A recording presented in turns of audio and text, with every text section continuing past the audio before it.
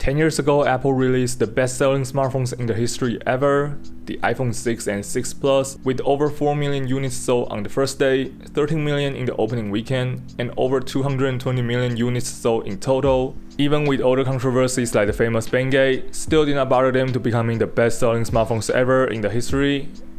My name is Charlie, and this is the iconic tech iPhone 6 and 6 Plus. The iPhone 6 and 6 Plus was released in September 2014. It was a significant step in Apple's smartphone history. The iPhone 6 and 6 Plus served as a successor to the iPhone 5S and 5C. Not only did they redesign the entire body and set the tone for the future iPhone until the iPhone 10 came out, they also had a huge jump on the screen as well, during the time when all the manufacturers were drastically increasing their screen size.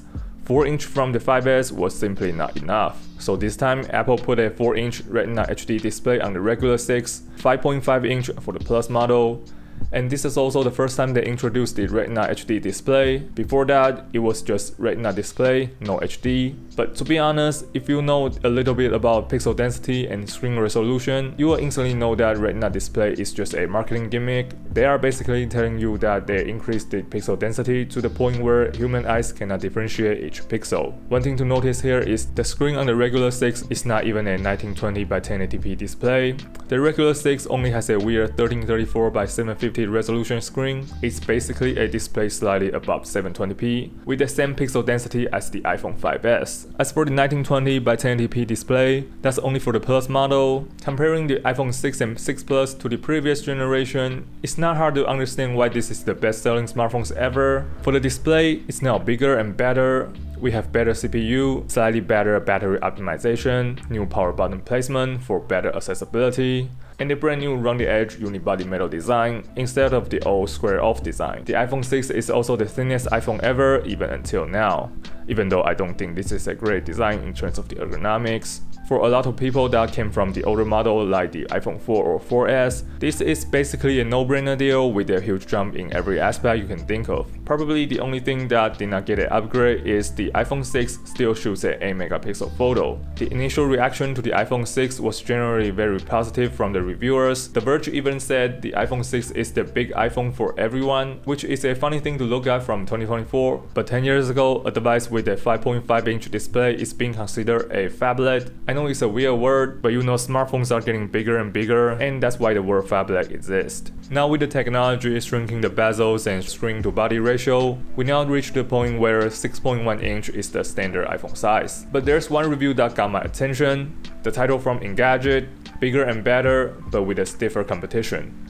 Well, that's totally true in my opinion. When you look at the competitors the iPhone 6 was facing, it was really an amazing time for all the smartphones users out there. Every manufacturer had so much interesting idea for each generation. For Samsung, this time we have the Samsung Galaxy S5 with 5.1-inch AMOLED display. You guys know Samsung always drop the best display on the market. 16-megapixel camera with 4K video recording, IP67 water and dust resistant, fingerprint scanner, and huge win for Samsung for the removable battery. Specs and feature-wise, Samsung Galaxy S5 definitely is either on par or better than the iPhone 6. Also at the same time, we have the Galaxy Note 4. Also a strong competitor as well with a bigger screen and better specs. And then we have the legendary smartphone company HTC. If you are too young to know this company, I think you are missing out on the coolest smartphones company ever. They totally deserve a separate video. And this time they had their HTC One M8, 5-inch display, unibody metal design, which I absolutely love. I think HTC is the best in the game when it comes to metal design and ergonomics.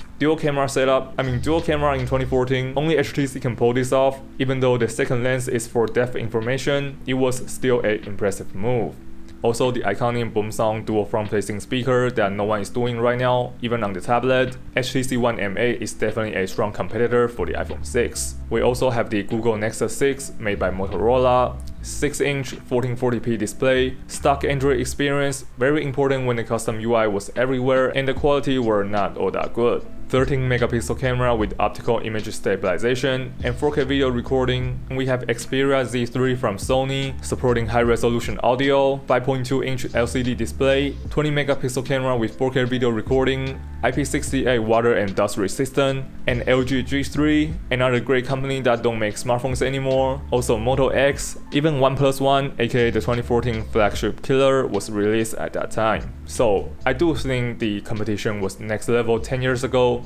People are not that deep into the ecosystem, and the transition cost and the effort that need to be put in to jump between iOS and Android was not that much, and every company offers some unique smartphone specs to the market. The iPhone 6 was great, was iconic, was a huge step in the iPhone history, but also came with some huge drama as well, which is the famous bendgate. Shortly after the public release, the users were suspecting that the iPhone 6 and 6 Plus was bending under pressure, even when just carrying in the front pocket. And Lou from the Unbox Therapy, back when he was still nice to watch, published a video on he bending his iPhone 6 Plus with bare hand, which absolutely blew up at that time, and is probably the most viewed tech videos ever. Even though some people were doubting that if this video was true, Lou again did an uncut video outside bending his brand new iPhone 6 Plus with bare hand and witnesses, and at the same time compare it to the Moto X, which definitely debunked the rumors and destroyed the Apple fanboys out there on the internet. But what about Apple's response to the bending allegations? They claim that they only received 9 complaints about the bending iPhones, and here's a full statement from Apple. I mean, you can read it in an Apple even way or pretend that Tim Cook is reading this for you and you will see no problem here.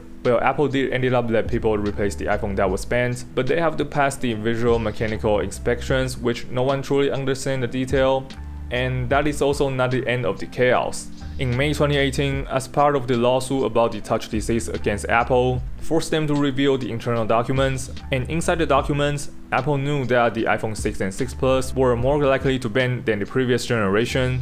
Apple found out that the iPhone 6 was 3.3 times more likely to bend than the previous iPhone 5S, while the larger iPhone 6 Plus was 7.2 times more likely to bend. And the touch disease was another problem that people found on the iPhone 6 and 6 Plus model. The issue was the large board, aka the motherboard, inside the iPhone. There are 2 touchscreen controller chips. Apparently, due to this generation's iPhone is easier to bend, the large board also bends during the regular use along with the chassis. At the end, it leads to the touch chips on the large board come loose and then lose their connection. Even though Apple never publicly talked about the touch disease problem, they did ended up announce they will fix the iPhone 6 Plus. Yes, only the Plus model for $149 instead of the original $329. But at the end of the day, Apple is still claiming the issue is caused by the phone were dropped multiple times on a hard surface, not the internal hardware design problem. With all the controversies and chaos the iPhone 6 series had, are they still count as an iconic phone? In my opinion, yes, absolutely. The design, love it or hate it, is one of the most distinguishable and probably the most iconic design ever. Cool kids at the school definitely got one on their hand. This is my personal high school experience. The white front panel was so iconic, and the unibody metal design with a small camera bump is just nice. When you think about the iPhone, for a long time, you think of this design. And the controversies and the design flaw, let's be real here, it was terrible. But without those design flaws, the next generation iPhone 6s wouldn't be, in my opinion, the best iPhone ever before they head into the full screen era. The iPhone 7 lost the headphone jack, the iPhone 8 was not a flagship, and the iPhone 6s and the 6s Plus fixed all the problems the iPhone 6 had, and the 6s and the 6s Plus alongside with the iPhone SE 1 are the longest software support iPhone ever, with 7 generations of iOS update, but I think all that wouldn't come true if we don't have this iconic iPhone 6 and iPhone 6 Plus. My name is Charlie, thank you for watching, don't forget to subscribe and like this video, drop a comment down below, and I will see you guys in the next video. Peace!